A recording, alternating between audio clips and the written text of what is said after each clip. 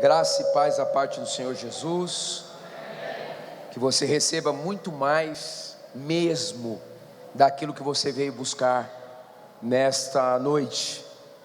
Que você receba, que as pessoas que estão sob a sua influência receba, que esta igreja receba, que esta cidade receba, que o Brasil receba, em nome de Jesus. Que esse ajuntamento aqui provoque a atenção dos céus, e que seja liberado dos céus a bênção do Pai para a nossa nação, que tanto precisa, num ano tão importante para a nossa nação.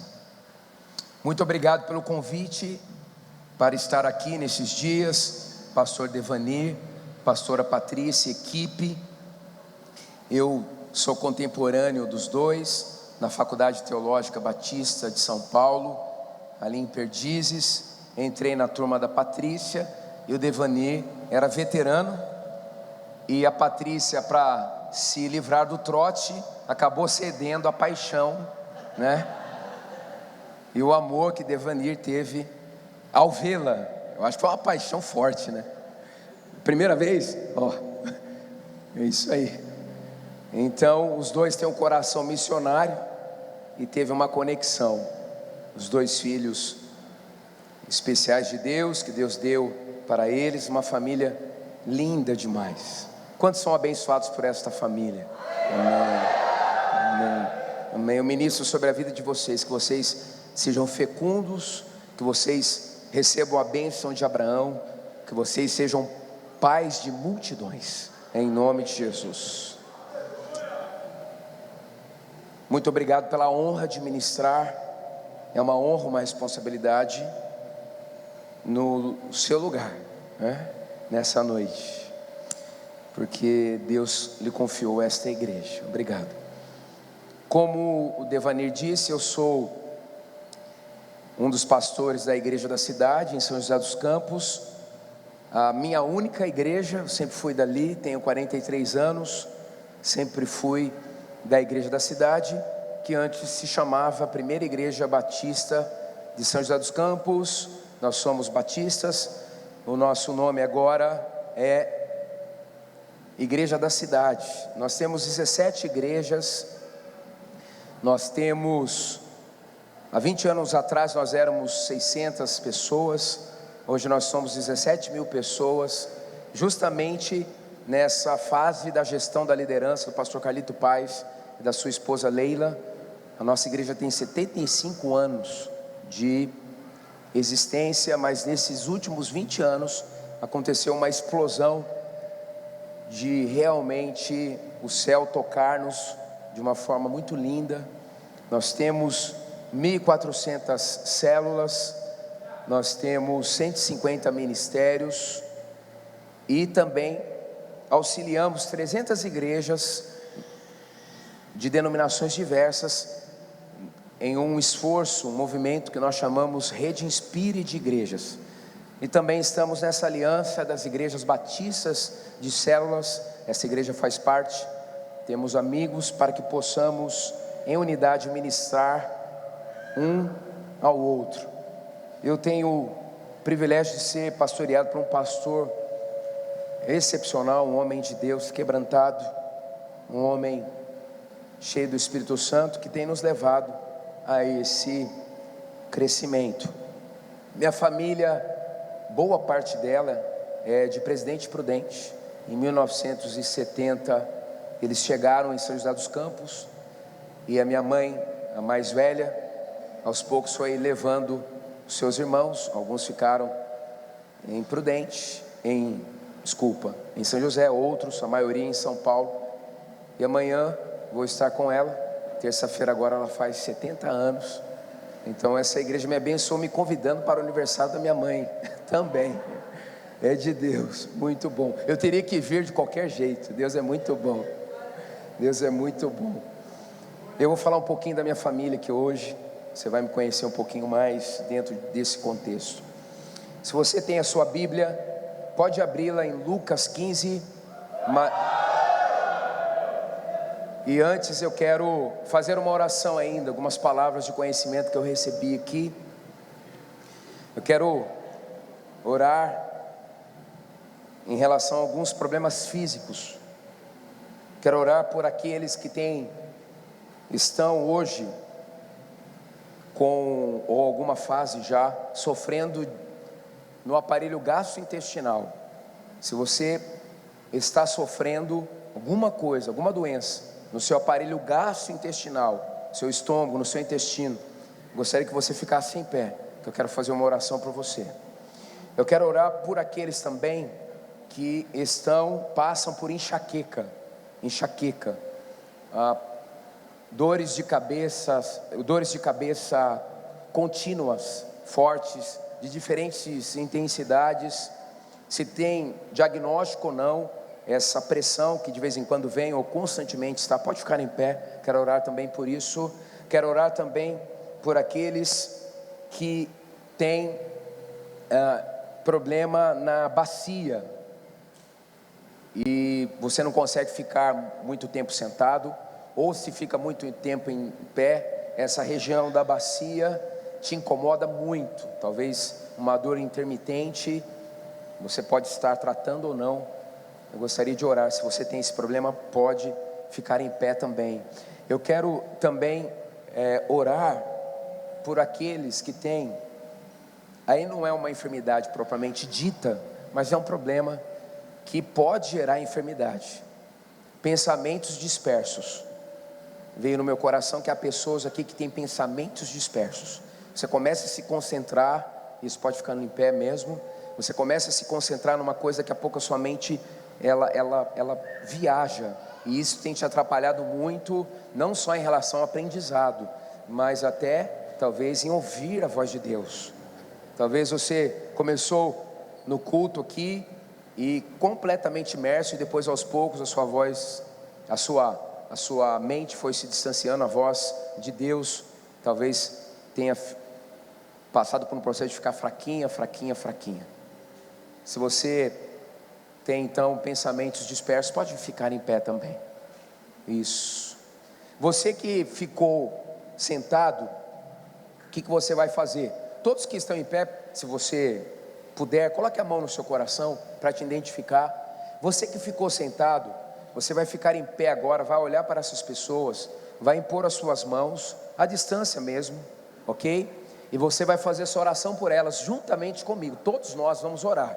Então, para que em nome de Jesus haja cura em relação às dores de cabeça, enxaqueca, etc.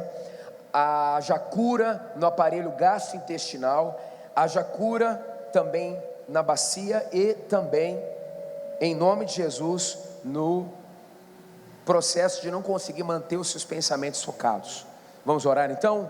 Impõe as suas mãos, e você que está com a mão no coração, receba agora, em nome de Jesus. E você que vai orar a oração da fé, curará o doente. A oração do justo é poderosa e eficaz. Você que vai receber a oração, entenda que na cruz, pelas feridas de Jesus, nós podemos experimentar a sua cura. Se aproprie da cura de Jesus sobre a sua vida agora, através da obra da cruz. Pai, em nome de Jesus, nós agora estendemos mãos santas e consagradas. Em nome de Jesus Cristo de Nazaré, em nome de Jesus, este ambiente é céu na terra, este ambiente está consagrado ao Senhor Jesus Cristo de Nazaré, e onde Jesus Cristo está, a cura acontece, aonde Jesus está, a libertação acontece, aonde Jesus está, o seu poder se manifesta. Em nome de Jesus nós queremos agora repreender o cativeiro da enfermidade.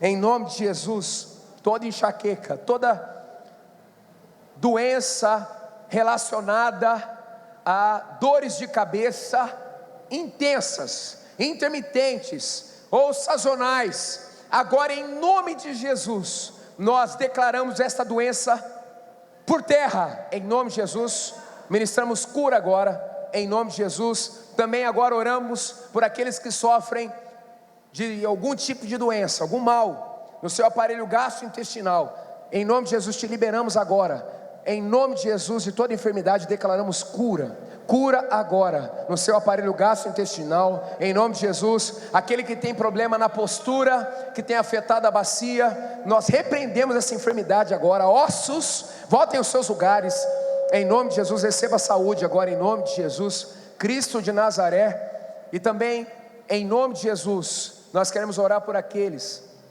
que não conseguem se concentrar, pensamentos dispersos. Nós repreendemos essa ação do mal, em nome de Jesus. Nós repreendemos a origem do que vem fazendo com que essas pessoas não consigam se concentrar. Em nome de Jesus Cristo de Nazaré, coloque agora, Senhor, o capacete da salvação, blinda a mente, papai, em nome de Jesus. Destrone qualquer influência das trevas, e nós ministramos agora uma mente equilibrada, uma mente saudável, pensamentos focados.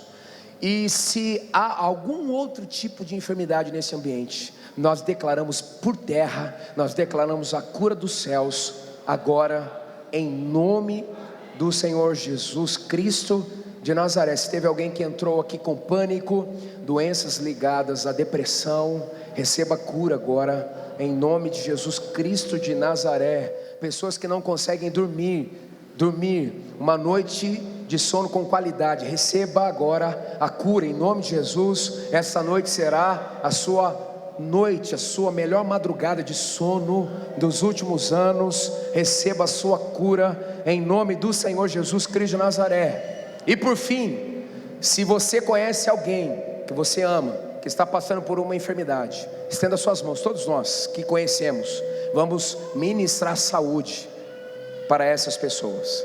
Pai, em nome de Jesus, nós ministramos saúde para as pessoas que nós amamos agora, em nome de Jesus, e declaramos saúde, declaramos vida, declaramos cura, declaramos libertação, em nome do Senhor Jesus. Amém.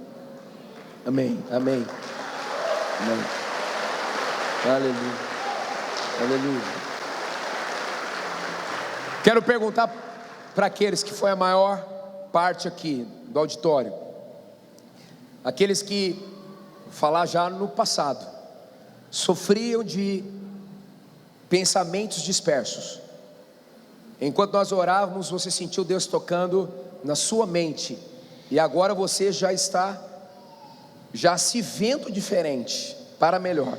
Quantos aqui estão sentindo isso da parte do Senhor? Que recebeu essa oração? Amém. Amém, amém, amém. Aleluia, amém, amém, aleluia, amém, amém, amém, amém, aleluia, aleluia, amém, amém, aleluia, aleluia, aleluia, aleluia, aleluia. Pode sentar-se, louvado seja o nome do Senhor, aleluia, glória a Deus, aleluia. Deus é maravilhoso, aleluia. Lucas 15, a parábola do filho perdido. Na nossa igreja em São José, nas igrejas que nós temos em toda a região, temos igreja em São Paulo, nós chamamos essa parábola da parábola do pai amoroso, porque o personagem principal é o pai, representando o próprio Deus, não os filhos.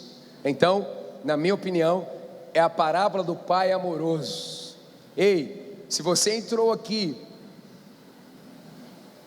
nesta noite com pensamentos de escassez, até no nível de pensamentos ligados à morte, talvez por ter feito alguma coisa que você não consegue se perdoar, deixa eu te dizer algo para você. Deus te ama, te trouxe aqui. Ele te trouxe aqui para que você viva a partir de hoje debaixo do seu perdão e do seu amor. Hoje, enquanto nós estamos como igreja, nosso povo adorando a Deus na passarela, uma das passarelas principais que dá acesso para a igreja, havia um menino tentando se suicidar, e o nosso pastor pregou nesta manhã sobre intercessão. O nosso povo saiu do culto e viu aquele menino prestes a pular. O que o nosso povo fez? Parou o carro e começou a orar. Graças à ação dos bombeiros e da intercessão dos justos, o Lucas decidiu pela vida.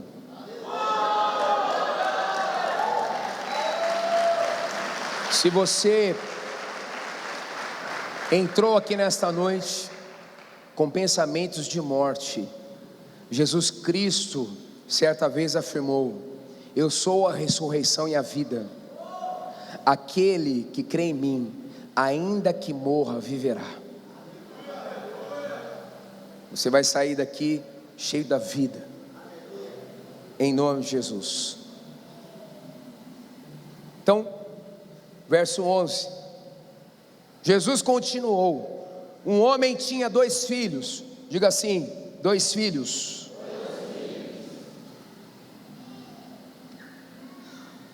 O mais novo disse a seu pai: pai, eu quero a minha parte da herança. Pedir a herança na cultura judaica, enquanto ainda o pai está vivo, é uma desonra. Aqui começa a ação da rebeldia. Assim, ele repartiu a sua propriedade entre eles. Deixa eu dizer uma curiosidade. A palavra pródigo está ligada à prodigalidade, que significa gastão. Ele é pródigo também porque ele rapidamente gastaria a parte da herança que ele pleiteou. Quando você é filho e recebe uma herança e não honra o pai, você não consegue desfrutar da herança. Só desfruta da herança da paternidade quem é filho. A herança já era dele, mas ele se rebelou e desonrou o pai, tentou humilhar o pai. Então o mais novo disse a seu pai: pai, quero a minha parte da herança. Assim ele repartiu a sua propriedade entre eles. Não muito tempo depois, o filho mais novo reuniu tudo o que tinha e foi para uma região distante, e de lá desperdiçou os seus bens vivendo irresponsavelmente. Primeiro ele se deslocou do coração do pai, depois ele se deslocou da presença do pai. O órfão, ele vai de degrau em degrau se afundando na orfandade. Não bastava só ter herança, ele tinha que sair de perto do pai. E o menino, esse homem, esse jovem, eu entendo assim, desperdiçou seus bens rapidamente. Depois de ter gasto tudo, houve uma grande fome em toda aquela região. Aqui eu começo a ver a ação de Deus revelada nesta palavra. O menino está numa decadência, sem recursos, e a coisa piora mais. Na região em que ele estava, houve uma grande fome. Ou seja, Deus de alguma forma trabalhou um cenário para convencer aquele pródigo de voltar para casa.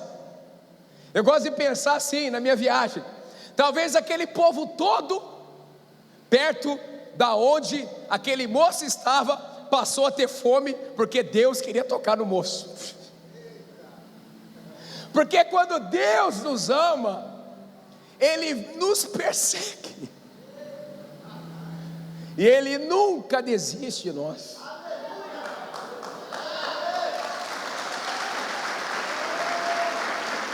O seu amor é inabalável, invencível. Aleluia! Ainda que minha mãe me despreze, meus pais, o Senhor me acolherá. Depois de ter gasto tudo, houve uma grande fome em toda aquela região, e ele começou a passar necessidade, ou ainda mais necessidade. Por isso foi empregar-se com um dos cidadãos daquela região. que o mandou para o seu campo, a fim de cuidar de porcos. Ele desejava encher o estômago com as vagens que os porcos comiam. Diga assim: mais ninguém, ninguém lhe dava nada.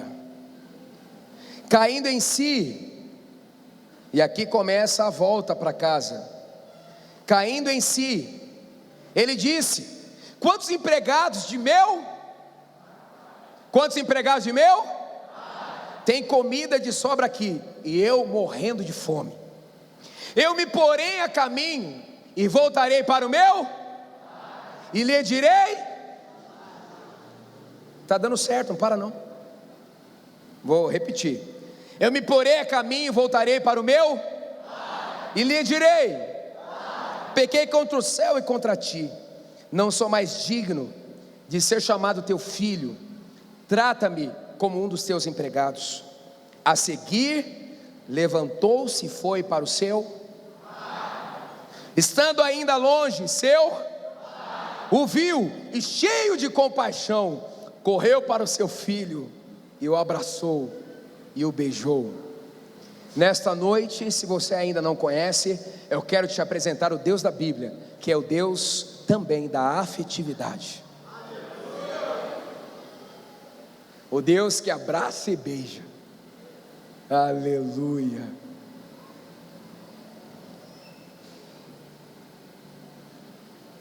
O filho, verso 21, lhe disse: o filho lhe disse: pequei contra o céu e contra ti, não sou mais digno de ser chamado teu filho. Mas disse a seus servos: depressa, tragam a melhor roupa e vistam nele, coloquem um anel em seu dedo e calçados em seus pés.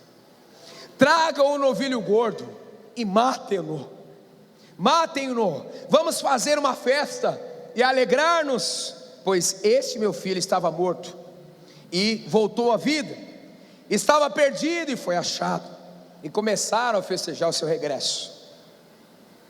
A primeira parte desse texto eu vou ministrar sobre como se conectar ou reconectar com os pais. Vou falar um pouquinho hoje de papai e de mamãe. Vamos ter que pensar um pouquinho da onde a gente veio. A segunda parte da mensagem é a partir de agora, que é a proposta principal, que é termos de fato Deus como nosso Pai, assumirmos isso sem nenhuma restrição, nos lançarmos nos braços dele, através dos princípios tirados nessa postura do filho mais velho. Enquanto isso, o filho mais velho estava no campo. Quando se aproximou da casa, ouviu a música e a dança, e chamou um dos seus servos e perguntou-lhe o que estava acontecendo. E este lhe respondeu: seu irmão voltou, e matou o novilho gordo, porque o recebeu de volta são e salvo. O filho mais velho encheu-se de ira, revoltado, e não quis entrar na festa. Então o seu saiu e insistiu com ele, mas ele respondeu ao seu: olha, interessante, que de propósito eu te pedi para falar a palavra pai, e você durante o regresso, a jornada de retorno do pródigo que saiu, do mais novo, você percebe o mais novo chamando o pai de pai, e o mais velho que nunca saiu de casa, a primeira vez na história, quando ele vai falar com o pai, ele diz assim: olha, ele não disse olha pai, ele disse olha, todos esses anos tenho trabalhado como um escravo ao teu serviço, e nunca desobedeci às tuas ordens. Você não é valorizado por aquilo que você pode produzir. Você produz algo até para o reino, porque você tem uma identidade. restaurada em Cristo Jesus. O seu valor está em Cristo Jesus. O que você faz não é para se sentir aceito, você faz porque você já é aceito.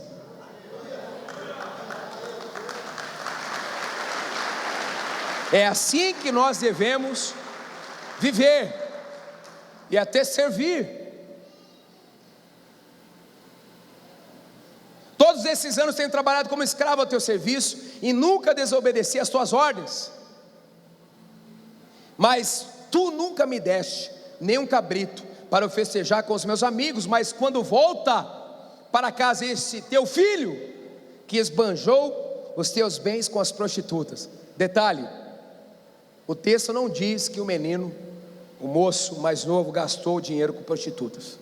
Subentende-se, o que ficou tinha uma mente contaminada. O religioso muitas vezes é preso nas distorções sexuais. O religioso muitas vezes aparenta algo e por detrás é aquilo que Jesus disse, um sepulcro caiado.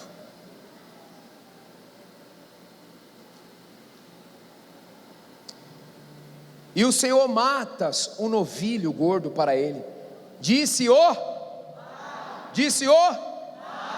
meu filho, você está sempre comigo e tudo que tenho é seu. Mas nós tínhamos que celebrar a volta deste seu irmão e alegrar-nos, porque ele estava morto e voltou à vida, estava perdido e foi achado. Que o Senhor aplique a sua palavra no nosso coração, em nome de Jesus. Vou falar aqui do tema paternidade bem resolvida, e depois de tanto ministrar no nosso ambiente de restauração, tipo um face a face que nós temos lá, essa ministração se transformou em um livro, que é este livro que eu trouxe e acabou, paternidade bem resolvida. Eu aprendi o seguinte: quando um assunto ele é recorrente, quando o assunto em pauta nos incomoda, mesmo a gente achando que está solucionado, é porque ele não está bem resolvido. Uma coisa não bem resolvida, resolvida não está. Então nesta noite, se você percebeu uma poeirinha que for de necessidade para tratar nesse assunto,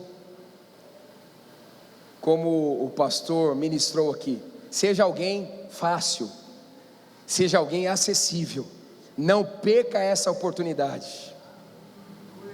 A mãe de uma discípula, uma senhora de 85 anos, eu carrego a fotinho dessa irmã. Por quê? O celular. Porque eu sofri tanto nesse processo da minha cura de paternidade, de maternidade, e sofri também um bocado para escrever esse livro. E entendo o peso espiritual que é isso tudo, que de vez em quando eu olho a foto e penso, valeu a pena. Com 85 anos, um dia, a filha desce para tomar café, encontra a mãe lendo o livro Paternidade Bem Resolvida e diz: mãe, não sei se a senhora se lembra, a senhora já leu esse livro? Ela disse: li sim, filha, é a terceira vez que eu estou lendo, porque eu ainda preciso ser curada. Esposa de pastor com 85 anos.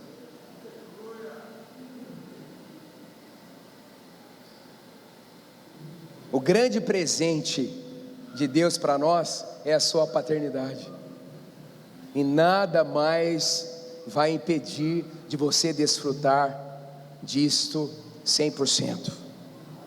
Então vamos lá, primeira parte, resolvendo o relacionamento com os pais, ou em relação àqueles que foram responsáveis para a sua educação, primeira, segunda infância, adolescência, seus pais.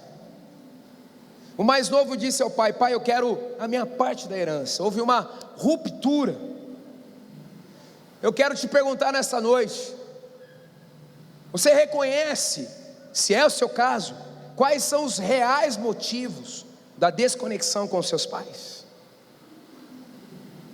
Eu não sei exatamente o que moveu aquele moço tomar uma iniciativa e uma atitude desta, mas algum problema tinha. Eu poderia falar só disso que eu vou falar agora, mas eu vou me sintetizar, porque senão não dá tempo. Por que que no caso da paternidade dos pais, a imagem, a figura do pai ganha uma dimensão diferente na nossa história? Porque o pai é o diferente, a mãe é a igual. Você saiu de dentro da sua mãe. É por isso que a Bíblia diz assim: pode acontecer um absurdo de uma mãe desprezar o seu filho? Pode, mas mesmo que isso aconteça, Deus vai cuidar desta pessoa, é a promessa. Ou seja, até a Bíblia reconhece que seria antinatural, e é, quando uma mãe rejeita a sua cria. Eu brinco assim, um case: uma tormenta vem e de repente são lançados em águas fortes, caudalosas, pai, mãe e um filho. A mãe consegue segurar numa raiz, e ela tem força para segurar mais um só. Quem que ela vai segurar? Pode falar, é realidade. O filho. E o marido, se não der conta de se segurar, vai ter que ir embora abençoando. Ainda eu abençoo vocês, porque não tem como competir com um filho nesse sentido, porque o filho saiu de dentro da mãe. Agora o pai é o diferente. A Vivian ficou grávida da Raquel, tem 2 filhas, a Raquel e a Giovana, 15 e 13 anos. A Vivian chegava para mim: olha, a Raquel está mexendo. Eu colocava a mão, e você tem que dar um jeito de mostrar que você está emocionado. Eu colocava a mão. Só que eu vou dizer para você o seguinte: eu não me sentia pai ali. Agora, a Vivian teve, os 2 partos foram normais. Eu assisti a perninha. Quando eu vi a Raquel chegando ao mundo, eu surtei. Eu olhei e falei: a Vivian está bem. Ué, estão levando a Raquel para onde? Eu saí correndo. Eu atropelei tanto as enfermeiras. As enfermeiras: o senhor pode dar licença da sala que a gente quer cuidar da criança? Aí eu me distanciava, ela fazia ali o cuidado. Daqui a pouco eu estava em cima de novo. Ô moço, o que é isso? Eu estava desesperado, porque eu me senti pai ali. Ei, vou dizer um negócio aqui, são anos pensando nisso, muitos anos. A intimidade com a mãe é natural, a intimidade com o pai precisa ser intencional.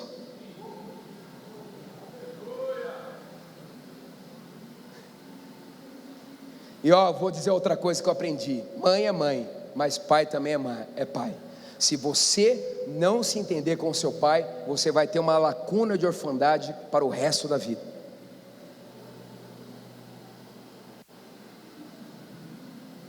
Então o pai é o diferente. Por isso que a gente acaba supervalorizando a imagem dele, a figura dele. Quem está me entendendo aqui nessa viagem que estou fazendo?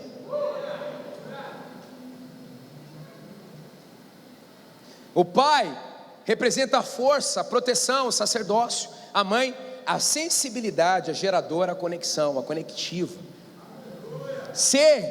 Aí fica a dica já. Eu me desconecto da minha mãe, eu vou sofrer em relação ao quê? A minha sensibilidade, a minha capacidade de me conectar. Do meu pai, eu vou sofrer em relação à minha postura de força como homem, se for o caso. eu não vou me sentir protegido e não vou conseguir oferecer proteção, etc. Na minha opinião também, nessa história, até ainda mais se olharmos essa história, para vermos Jesus apresentando Deus para os ouvintes, como uma parábola, eu consigo perceber nessa história um novo tipo de vazio. Não existe só o vazio existencial. Por exemplo, se você entrou sem Jesus aqui, se Jesus não é o seu Senhor e Salvador, se Ele não é o dono da sua vida, porque na cruz Ele deu-se a si mesmo para ser o seu Senhor e o seu Salvador, e para conectar você com o Pai, porque Ele é o caminho, a verdade e a vida. Se isso ainda não aconteceu, nós cremos que vai acontecer nesta noite. Nós cremos. Vou te dar uma oportunidade sobre isso no final. Nós cremos que vai acontecer nesta noite. E aí nós vamos cantar aquela música, Eu Era Órfão. Você vai cantar sabendo do que você está dizendo, se sentindo, filho. Mas nessa história, vamos dizer assim, que os dois já tiveram um encontro com Deus, mas mesmo assim havia um nível de orfandade nos seus corações. Ou seja, é apresentado aqui um nível de orfandade, de vazio relacional. Então há o vazio existencial que Jesus preenche, e há o vazio relacional que os relacionamentos preenchem. Por isso que esse negócio de célula é de Deus, porque a gente nasceu para ser gente e se relacionar com gente, porque parte disso nos preenche. Eu aprendi isto lendo esta parábola. Uma das lições mais importantes que deveríamos ter aprendido dos nossos pais é sobre a intimidade nos relacionamentos. Quantas vezes você desfrutou de uma intimidade real com o seu pai e com a sua mãe?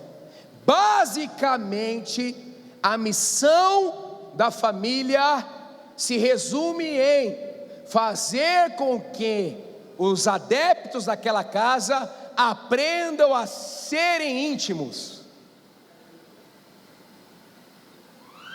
e não fortalezas isoladas, ilhas. Se uma família ensinar sobre intimidade, essa pessoa que aprendeu essa lição terá uma facilidade maior de se conectar com Deus em intimidade. É a família que deveria nos apresentar para Deus. Replicaríamos o que aprendemos na nossa casa de forma horizontal e faríamos então daquele aprendizado algo vertical. Os relacionamentos interpessoais deveriam me empoderar para ter o relacionamento com o dono da minha vida, aquele que me criou. Quando isso não acontece, há então esse distanciamento. Diga assim: eu fui feito, eu fui criado para ser íntimo. Então nós vimos nesse texto, e é assim que acontece na vida. Primeiro, acontece a desconexão emocional com os pais. Depois a desconexão física. Há jovens que querem passar em universidades muito distantes da casa dos seus pais. Na verdade eles querem sumir. E aí criam uma justificativa plausível. Pastor Fabiano, por que meu filho quer prestar vestibular no Acre? Por que ele quer ir tão longe? Eu que te pergunto, irmão e irmã. Eu não sei também. Estranho, né? Pode ser que ele não aguenta mais viver em casa.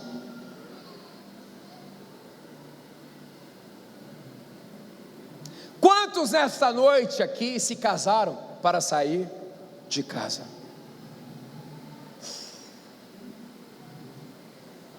Já pensou? Eu começo o casamento com estímulo negativo.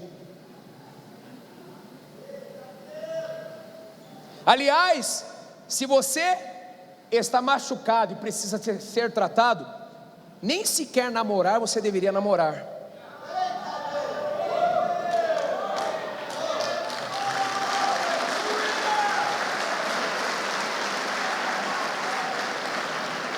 Porque nós queremos a pessoa ideal, mas nós temos que ser a pessoa ideal também. Se eu quero, no caso das mulheres, um príncipe, você não pode ser, irmã, uma rã.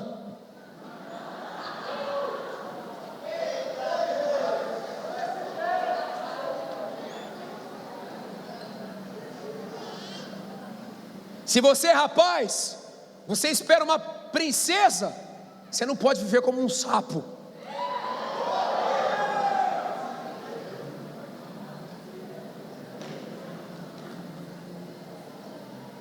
Qual que é a sua história nesta noite, em relação aos seus pais?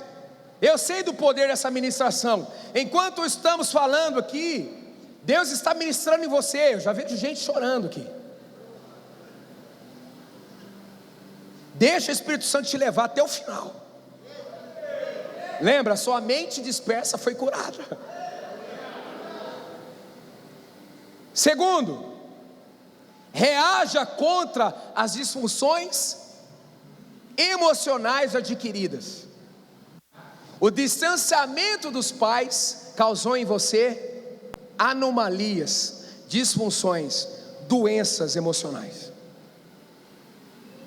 Tem esposa que vai se relacionar sexualmente com o marido e lembra do pai e não consegue ser feliz na vida sexual. Uau! É este nível de prisão que pode chegar. Como no caso da nossa igreja, nós temos algumas irmãs que foram abusadas sexualmente pelos pais.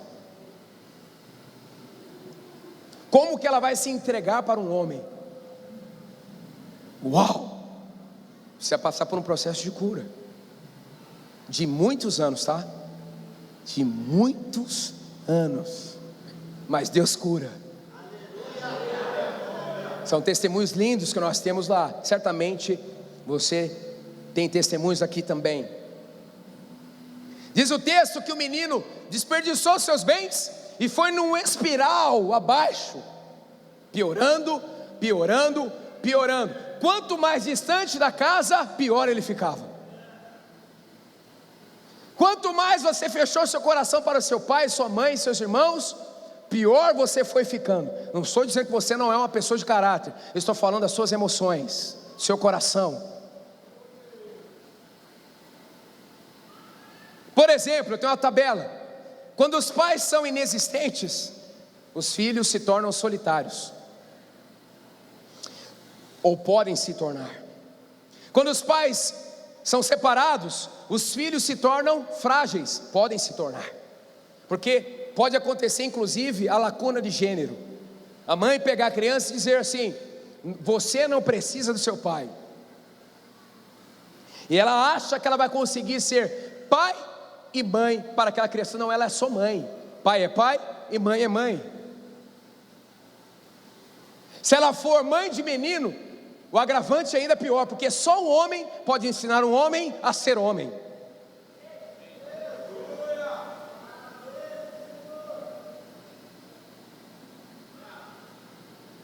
Quando os pais são rígidos, os filhos se tornam insensíveis, duros. Quando os pais são isolados emocionalmente, os filhos podem se tornar superficiais. Quando os pais são super protetores, os filhos podem se tornar medrosos. Quando os pais são frios, insensíveis, os filhos podem se tornar carentes. E aqui nasce a disfunção sexual muitas vezes. Aquele moço não quer simplesmente ter desenfreadamente experiências sexuais. Ele está procurando uma forma de diminuir a dor que ele sente por não ter tido o seu coração conectado com o coração dos seus pais e de ter recebido o afeto necessário. Pode acontecer também, e acontece muito com as mulheres. Quando os pais são liberais, os filhos se tornam inconsequentes. Quando os pais são desleais, os filhos se tornam rebeldes.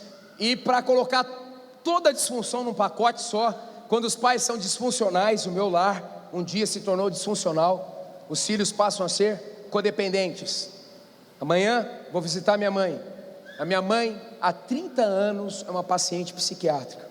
Há 30 anos. 30 anos. A minha mãe, ela foi internada algumas vezes num hospital psiquiátrico.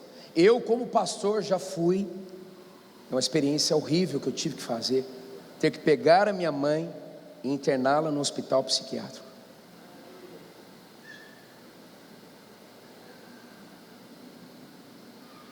E quando o meu lar começou a entrar numa disfunção, cada integrante da família começou a sofrer daquela doença. Passamos a ser os 3 filhos codependentes das doenças dos nossos pais. Se a gente não tratar, a gente sofre da doença do outro. Eu comecei a desenvolver, porque quando meu pai se separou da minha mãe, eu comecei, minha irmã mais nova, meu irmão mais velho, eu sou do meio, por Deus eu assumi a situação e cuidei da minha mãe, a parte mais frágil. E a minha mãe desenvolvendo a depressão, eu acabei também, durante um processo da minha vida, ter níveis inferiores ao dela, mas tive alguns níveis de depressão também, até que eu entendi que eu estava ficando doente da doença da minha mãe. Nós temos que ajudar as pessoas que estão perto de nós, que sofrem, mas nós não podemos pegar o sofrimento dessas pessoas para nós, porque quem cura sofrimento, quem liberta cativeiro é Jesus. Nós vamos ser instrumentos. Nós temos que ter cuidado em relação a isso. Enfim, o que eu quero mostrar aqui é que transfere ou pode transferir para nós males na nossa alma e até no nosso espírito, se nós não tratarmos as nossas feridas abertas em relação aos nossos pais. Ao mesmo tempo, você não é coadjuvante da sua história, você é o ator principal da sua história. Então, se você entrou aqui hoje dizendo assim: eu sou vítima, por isso me tornei assim, eu quero dizer que você tem a responsabilidade de fazer da sua vida tudo que Deus sonhou e planejou. Você não vai mais usar o que as pessoas fizeram para você como um amuleto para continuar preso e paralisado. Amém? Quantos estão entendendo isso aqui? Terceiro, decida acertar as pendências. Diz o texto: caindo em si. Ou seja, o moço decidiu ajustar, tratar, resolver. A palavra de Deus diz em Hebreus 12:15, vou ler na mensagem: não deixem que a erva daninha da amargura se espalhe. Uns poucos de espinho podem arruinar um jardim em pouco tempo. A falta de perdão relacional é um câncer que vai tomando toda a nossa alma aos poucos. Se não tratarmos, vira uma metástase. Quando a nossa família sempre foi dessa igreja, meu pai, ele fez uma escolha muito ruim no momento da vida dele. Foi algo que nos chocou e a situação não se resolveu. Ele saiu de casa. Eu tive a postura: vou cuidar da minha mãe. E as pessoas perguntavam: e seu pai? Meu pai, deixa ele para lá. Mas se deixa ele para lá, se transformou em ressentimento, em amargura, em falta de perdão. Ressentimento é a atitude interna de remoer o passado e perpetuar sentimentos hostis. Indiferença é a atitude de ignorar o outro. Eu fui tratando meu pai com indiferença durante os anos. Se a gente não perdoa, a gente começa a retalhar. Eu vejo muito isso, desde quando eu escrevi o livro, ministrando nos ambientes. Pessoas que constituem as suas famílias, estão feridos em relação aos seus pais, e começam a retalhar os seus pais. E alguns pais perguntam: eu não consigo ver nunca o meu neto, a minha neta. Muitas vezes é uma postura de retaliação dos filhos feridos.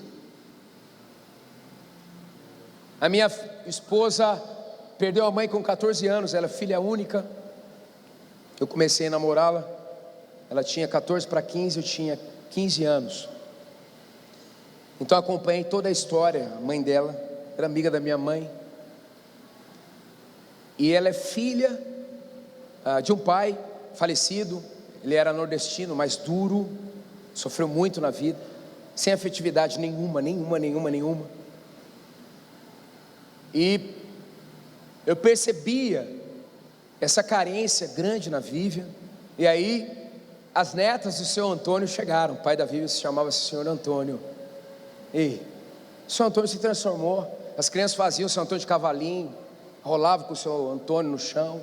A Vivian olhava aquilo e dizia: eu não acredito. Meu pai muito mal me dava um abraço. Acontece. Diz que o avô é o pai adocicado, né? Mas muitas vezes a postura do avô de exagero é de remorso. E às vezes até sufoca os netos e atrapalha na educação. Tem um monte de gente assim, ó. Mas também a gente entende o lado dos avós. Foi assim que eu consegui perdoar meu pai.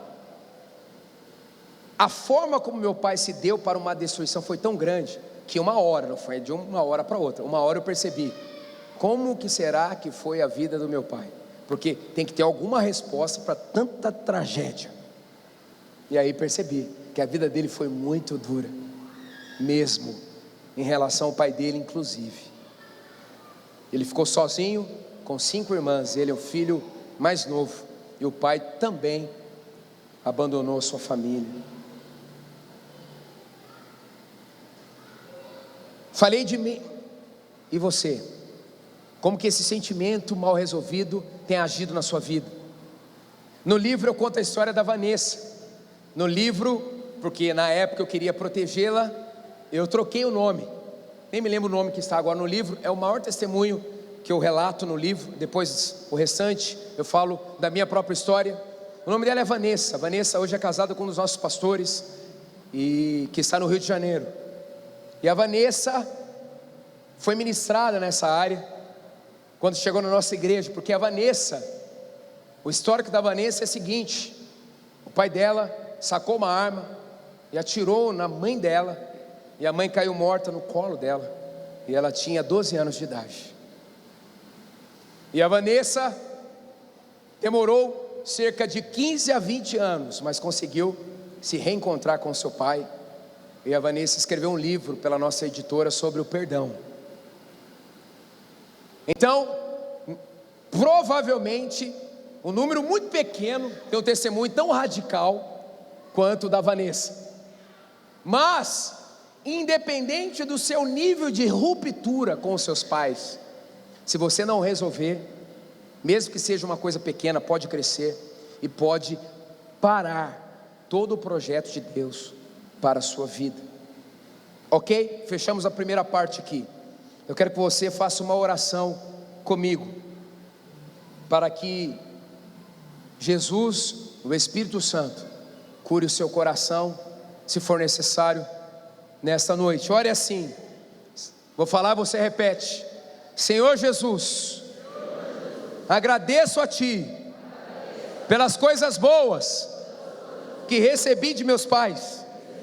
A partir de hoje, abro o meu coração para perdoar meus pais daquilo que feriu o meu coração. Eu peço perdão por qualquer sentimento e comportamento em relação a eles que são contrários à tua palavra e à tua vontade. Cura o meu coração e me liberta de todas as prisões relacionadas ao meu relacionamento com os meus pais. Naquilo que for possível, me ajude na reparação. E aquilo que eu não posso fazer, entrego nas tuas mãos. Receba a tua cura para todos os outros níveis de relacionamentos na minha vida. Em teu nome, Jesus, eu oro. Amém, amém e amém.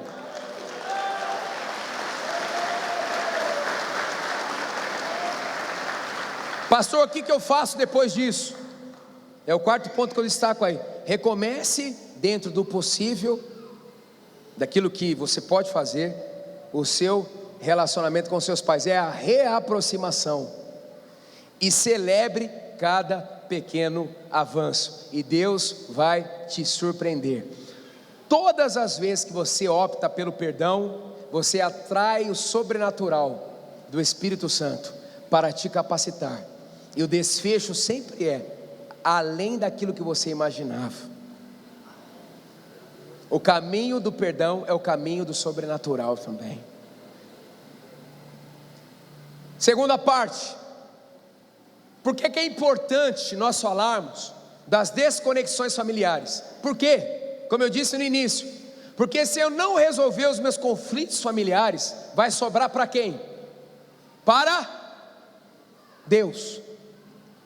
Vai atrapalhar o meu relacionamento com Deus. Vai atrapalhar o meu relacionamento com o Espírito Santo, que é a parte afetiva de Deus. Quem tem bloqueio com a mãe, muitas vezes tem um bloqueio com o Espírito Santo. Tem gente que vem para mim, pastor, queria ser cheio do Espírito Santo de todo jeito. Às vezes vou orando, e vem um discernimento. Como que é a sua conexão com a sua mãe? Não tenho, pastor. Então a gente precisa resolver primeiro esta, para que depois você consiga ser cheio da parte sensível de Deus, que é o Espírito Santo. Uau!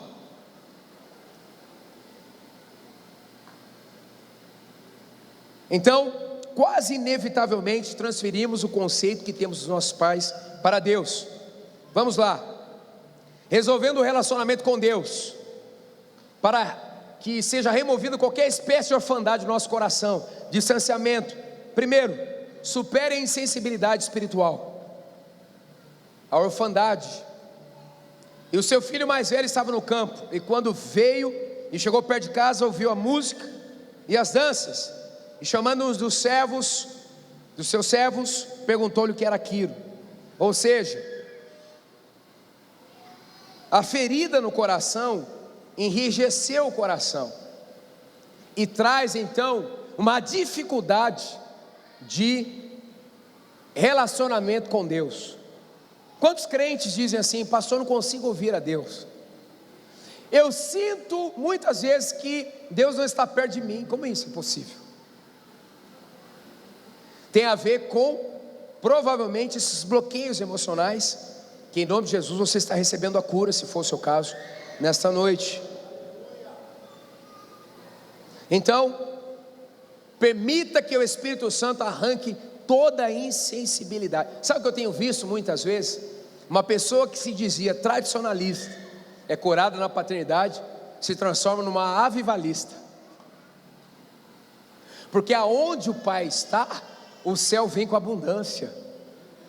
E aonde o céu está com abundância, a manifestação do Espírito Santo acontece. Não é que a pessoa tem uma personalidade mais fechada, é que as feridas fecharam o seu coração. E aí, isso infelizmente pode ter tocado no relacionamento com Deus. A religiosidade é grande em nossa nação. A nossa nação precisa mais se voltar para o Cristo do cristianismo do que para o cristianismo por si só. Se todos os evangélicos, vamos dizer, daquilo que nos compete, fossem realmente cheios do Espírito Santo de Deus, filhos, nossa nação não estaria desse jeito. Quando uma pessoa se converte, mas ela está presa nos seus relacionamentos interpessoais, ela não se transforma numa filha ou filho, ela se transforma numa religioso. A vida muda, mas não completamente. A vida tem alguns frutos, mas essa pessoa não é transformada completamente de dentro para fora. Segundo, se for o caso, para resolver o seu relacionamento com Deus, para que você o chame de pai e sinta isso, admita a sua orfandade espiritual. O filho mais velho encheu-se de ira, por quê? Porque ele era órfão, ele era o pródigo que não saiu. Os dois são pródigos, um saiu e o outro não saiu. Os dois viviam distantes do pai, referindo-se a Deus. Nesta noite, eu não sei se você é o que saiu, ou se é aquele que nunca saiu, mas se você tem essa questão de ser pródigo, Deus vai resolver isso nesta noite. Mas você precisa admitir esse distanciamento, a sua orfandade espiritual. Você é um filho rebelde ou um religioso? Por meio de Jesus Cristo nós somos considerados filhos legítimos, adotados. Terceiro, vença os seus pecados escravizadores. O que é a religiosidade? O politicamente correto. Começa a viver. Ele começa a viver uma vida externa de um jeito e interna de outro jeito. Foi o que aconteceu comigo. Eu nunca saí da igreja, mas uma época eu estava, mas não me sentindo parte, porque as feridas foram aumentando e acabou atrapalhando o meu relacionamento com o próprio Deus. E aí eu comecei a ter uma postura de religiosidade. Era uma falsa espiritualidade. No fundo, eu não me sentia mais filho de Deus, por estar tão decepcionado, em especial em relação ao meu pai. E com isso, com esse distanciamento de Deus como pai, apesar de estar ali na casa, os pecados escravizadores na área da sexualidade começaram a me visitar. E durante um tempo eu fui preso em pecados escravizadores na área sexual. Qual foi o motivo? Eu não amava a Deus? Não, orfandade. Eu não conseguia me sentir filho, eu não conseguia me sentir íntimo, e aí eu buscava uma falsa intimidade, e me atolei, por exemplo, em pornografia.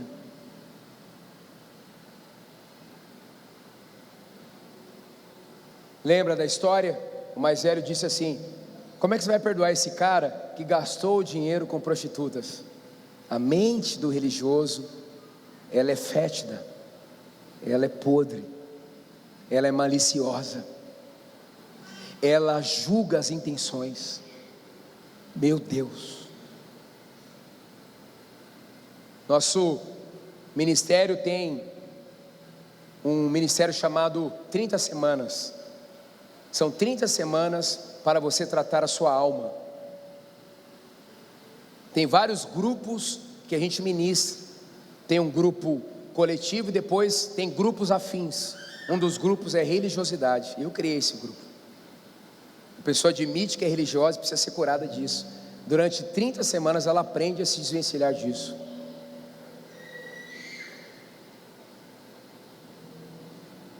Deus, ele não se impressiona com aquilo que a gente pode produzir.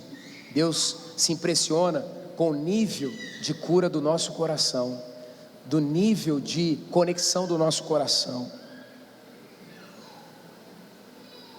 Quarto, assuma a sua condição de filho espiritual.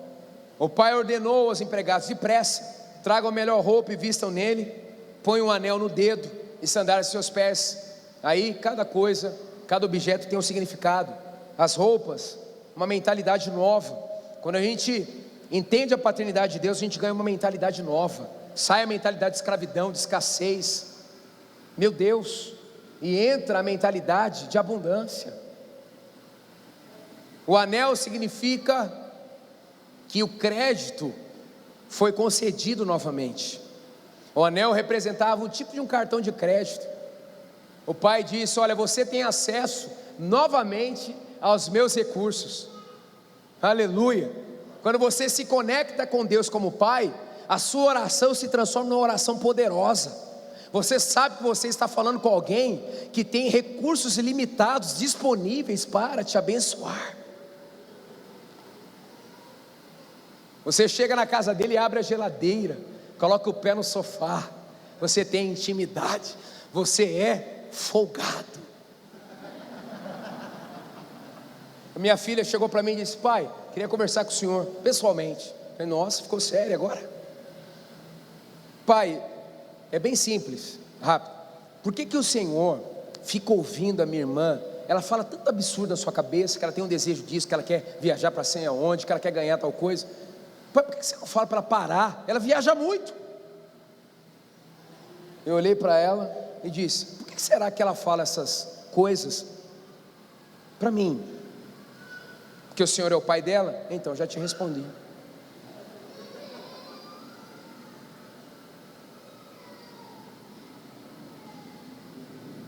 E as sandálias significa a libertação, porque naquela época o escravo andava descalço. O pai logo coloca umas havaianas nos pés do moço e disse: você chegou aqui como escravo, mas você nunca deixou de ser filho.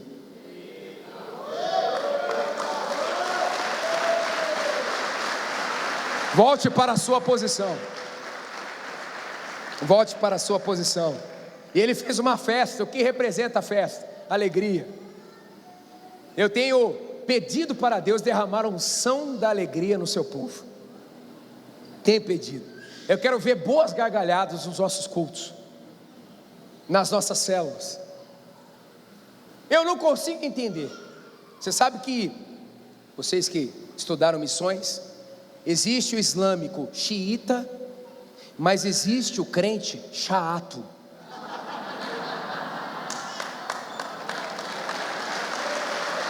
Parece que se converter a Jesus é ganhar um currículo. Agora é ganhar um selo. Agora eu sou chato. Não vai mais na festa de aniversário. Não come mais a comida da tia. Não, agora eu sou separado. Assim brilhe a sua luz diante dos homens, para que os homens vejam as suas boas obras e glorificam o seu Pai que está nos céus.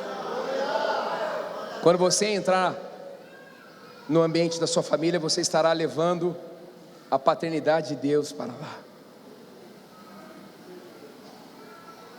Então a alegria, por isso que o Pai fez uma festa. Eu declaro sobre a sua vida a unção da alegria, a capacidade sobrenatural de se alegrar. Amanhã vai ser a melhor segunda-feira da sua história. Você vai levantar, vai ser tomado por uma alegria assim, que quase que ela vai estar materializada. A alegria do Senhor derramada essa noite aqui vai curar a depressão. Aleluia! Nós somos o povo que não simplesmente está indo para o céu já chegou em nós.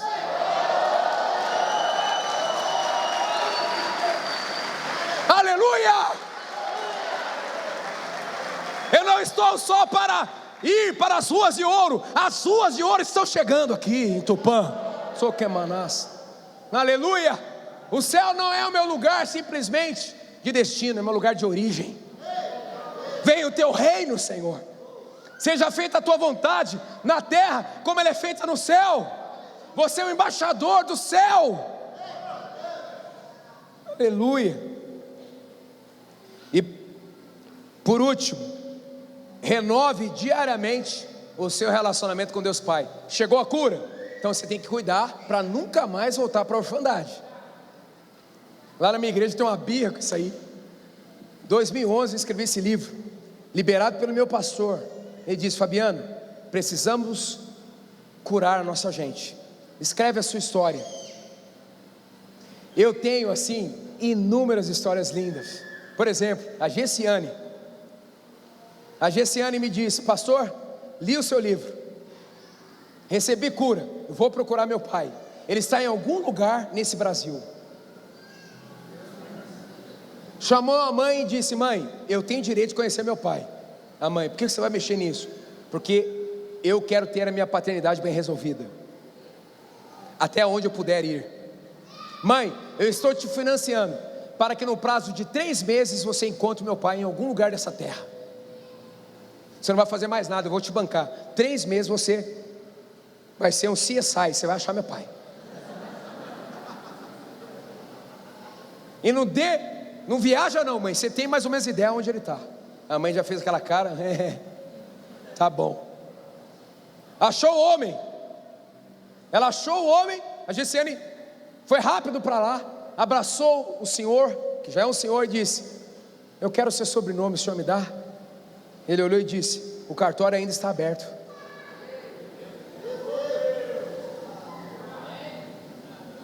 Eu fiz o casamento da Gessiane e ela entrou com o papai dela.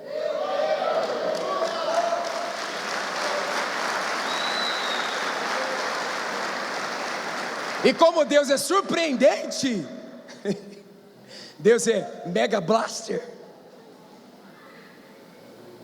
está pintando um climinha da mãe da Gessiane com o pai. É Deus maravilhoso, aleluia. Ei, é o diabo que não quer que você cure, que você não perdoe, porque ele sabe que o caminho do perdão é o caminho das promessas de Deus para a sua vida. Vai desencadear as promessas. Renove diariamente seu relacionamento com Deus Pai. De que forma? Eu tenho aprendido o seguinte: constantemente chame Deus de Pai nas suas orações, no seu tempo a sós com Ele, falando dele. Treine isso, você tem que ser intencional. Vai chamar Deus de Senhor, mas chama de Pai também, principalmente quem teve probleminha nessa área. Cultive intimidade. Quanto mais cheio do Espírito Santo, mais filho você se sentirá, porque é o Espírito Santo que nos ensina a chamar Deus de Pai. Abba, Paizinho. Sinta-se protegido por Deus Pai. Confie na provisão de Deus Pai. Reforce a sua identidade de filho diariamente. Desfrute dos seus direitos. Uau! Por isso que eu tenho declarado, desde quando eu cheguei aqui em 2018, será o ano mais próspero da sua vida. Desfrute dos seus direitos. A Bíblia diz que nós somos co-herdeiros em Cristo Jesus. O que Jesus conquistou é nosso. Jesus disse: até agora, meus discípulos, vocês não pediram em meu nome, peçam em meu nome, para que a alegria de vocês seja completa. Aleluia, aleluia.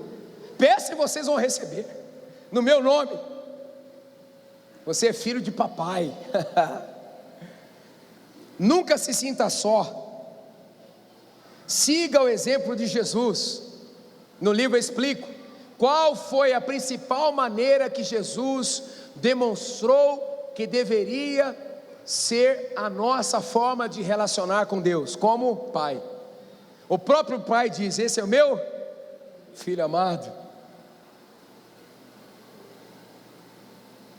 Contagie os outros com a visão da filiação. Não permita que ninguém órfão fique perto de você. Transfira a paternidade.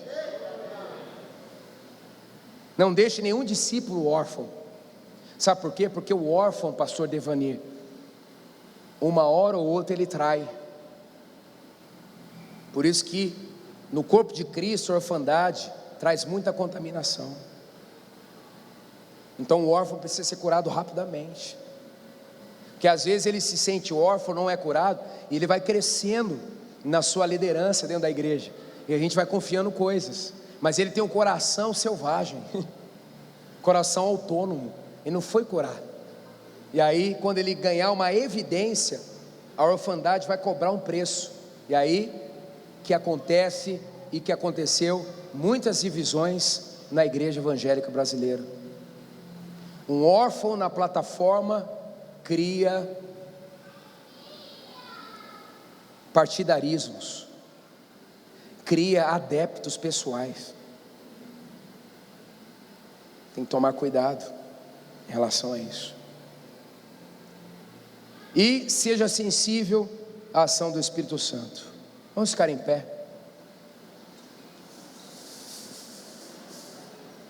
Eu quero que você, se você puder, feche os seus olhos agora.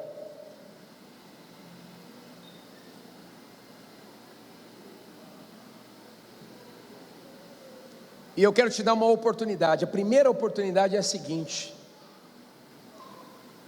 Vão ser algumas aqui. A primeira é a seguinte: com seus olhos fechados, se você puder e quiser, quero falar com você que entrou aqui pela primeira vez, ou tem frequentado aqui esse ambiente.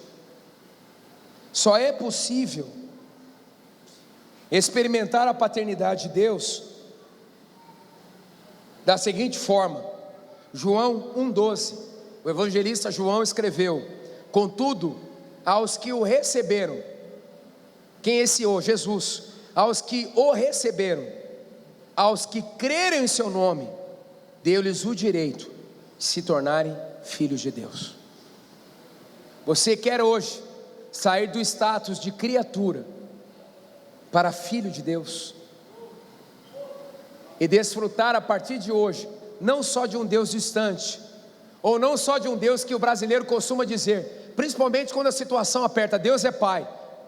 Deus é Pai para aqueles que possuem na sua vida Jesus, porque Jesus é a nossa conexão com o Pai. Deus é Pai, sim, para os filhos. A igreja está orando por você. Quem já fez esta decisão está orando por você agora. Se você ainda não se entregou a Jesus, para que Ele seja o seu Senhor Salvador, e seja o seu caminho para se conectar com Deus como seu Pai, Ele vai perdoar os seus pecados, mas vai te dar um relacionamento com Deus como Pai. É mais do que religião essa proposta. É Jesus Cristo de Nazaré na sua vida. Se você quer se entregar a Ele, ore assim, baixinho, ou em pensamento, entre você e Deus agora: Senhor Jesus, eu me entrego a Ti, seja o meu Senhor, o meu Salvador. Eu quero mesmo que o Senhor perdoe os meus pecados, e que eu possa Te sentir como meu Pai. Jesus, seja o meu Senhor, o meu Salvador, o dono da minha vida, a partir desta noite. Quem fez essa oração pela primeira vez, pode levantar sua mão, que eu quero ver onde você está. Você orou assim pela primeira vez? Que eu quero te abençoar. Pode me dar um sinal. Deus abençoe sua vida. Deus abençoe sua vida. Deus abençoe sua vida. Deus abençoe sua vida. Deus abençoe sua vida. Deus abençoe. Deus abençoe sua vida. Pode levantar sua mão até que eu veja. Deus abençoe sua vida. Há mais alguém? Levante a sua mão, que eu quero te abençoar. Há mais alguém? Deus abençoe a senhora. Deus abençoe o senhor. Há mais alguém? Você fez essa oração pela primeira vez lá atrás, segurando a criança. Deus abençoe. Ali, Deus abençoe. Deus abençoe. Deus abençoe aqui na frente. Deus abençoe lá atrás. Deus abençoe lá no fundo também. Deus abençoe aqui no meio. Há mais alguém? Você fez essa oração pela primeira vez. Deus abençoe. Deus abençoe sua vida. Pela primeira vez você orou assim. Me dê um sinal. Levante a sua mão. É para Jesus. É para Jesus. É para Ele. É para Ele. Eu não estou te convidando para uma religião. Eu estou te convidando para um relacionamento com Jesus Cristo de Nazaré. Há mais alguém? Deus abençoe lá atrás. Há mais alguém? Me dê um sinal. Há mais alguém que a partir de hoje quer desfrutar da paternidade de Deus através daquilo que Jesus fez na cruz? Me dê um sinal. Há mais alguém? Deus abençoe, filho, sua vida. Deus abençoe sua vida. Deus abençoe. Pastor, eu sou uma pessoa mais racional. Eu preciso ter provas para me acreditar. Não é assim que funciona.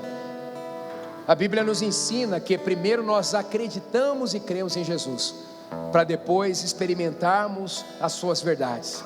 Isso se chama fé. Pela fé, apesar dos conflitos na sua mente, pela fé, você quer se entregar a Jesus como seu Senhor e seu Salvador. Me dê um sinal. Há mais alguém? Me dê um sinal. Sua mão está liberada agora, em nome de Jesus. Há mais alguém? Deus abençoe. Deus abençoe. Há mais alguém? Levante a sua mão. Deus abençoe. Há mais alguém? Talvez você está voltando para Jesus, para casa. Você estava afastado dos caminhos dele. O pródigo voltando para Jesus. Você está voltando para Jesus, para o relacionamento com ele nessa noite. Me dê um sinal. Quem está voltando para Jesus essa noite? Lá atrás, Deus abençoe. Bem-vindo, bem-vindo aqui, bem-vinda. Há mais alguém voltando para Jesus? Bem-vinda. Há mais alguém voltando? Bem-vindo, bem-vinda, querida, bem-vinda. Há mais alguém voltando para Jesus? Me dê um sinal. Bem-vinda ali no meio. Há mais alguém voltando para Jesus hoje? E o Pai está te recebendo com os braços abertos. E Ele está fazendo uma festa, porque você voltou. Há mais alguém voltando nessa noite? Me dê um sinal. E eu quero fazer um outro apelo ainda nessa primeira fase. Se você já tem Jesus, mas ainda não se decidiu pelo batismo em águas. O batismo é um testemunho público de que você nasceu de novo em Jesus. O batismo significa dizer para todos: eu ressurgi em Cristo Jesus, eu vivo uma vida nova. Jesus batizou para dar o exemplo para nós. E Ele disse: eu preciso cumprir toda a justiça de Deus. O batismo é um compromisso espiritual, sim, não é simplesmente um rito. O batismo significa: eu sou parte da família de Deus, eu nasci de novo.